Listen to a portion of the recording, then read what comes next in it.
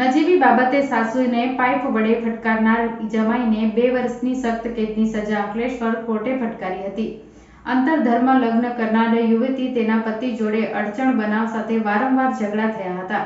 ઝઘડાનું સમાધાન માટે મામાના ઘરે જતી વેળા ચોટા નાકા પાસે રિક્ષા ઊભી રહેતા ઝઘડો થયો હતો. ઉશ્કેરાયેલા ઈસમે લોખંડ પાઇપ કાઢી સસરાને મારવા જતા સાસુને વાગ્યું હતું.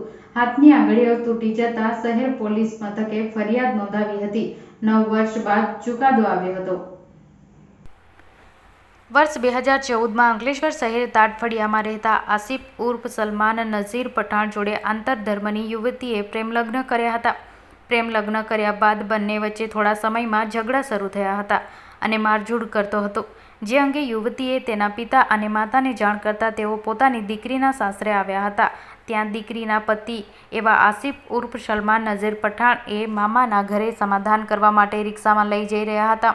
દરમિયાન ચોટા નાકા પાસે યુવતીના પરિજનો દ્વારા મામાના ઘરે જવાની ના પાડતા આ મામલે ઉશ્કેરાયેલા આસિફ ઉર્ફ સલમાન નઝીર પઠાણ શેખે પ્રથમ અભદ્ર ગાળો આપી હતી.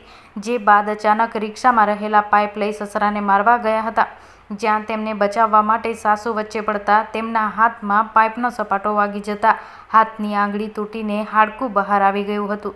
જેને સારવાર અર્થ ખસેડી પોતાના જમાઈ આસિફ ઉર્ફ સલમાન નઝીર પઠાણ વિરુદ્ધ અંકલેશ્વર શહેર પોલીસ મથકે સાસુએ ફરિયાદ નોંધાવી હતી. જે કેસ અંકલેશ્વર એડિજ્યુડિશનલ મેજિસ્ટ્રેટ FKની કોર્ટમાં ચાલી જતા સરકારી વકીલ શિલ્પાબેન V. પટેલ સંયોગિક પુરાવા અને સાક્ષી રજૂ કરી કોર્ટમાં ધારદાર દલીલ રજૂ કરી હતી. જજ KL નાડિયાના દ્વારા તેમની દલીલો ગ્રાહ્ય રાખી પુરાવા અને સાક્ષીઓ નિવેદન આધારે આસિફ ઉર્ફ સલમાન નઝીર પઠાણને 2 વર્ષની સખ્ત કેદ સજા અને 2000 રૂપિયાનો દંડ હુકમ કર્યો હતો.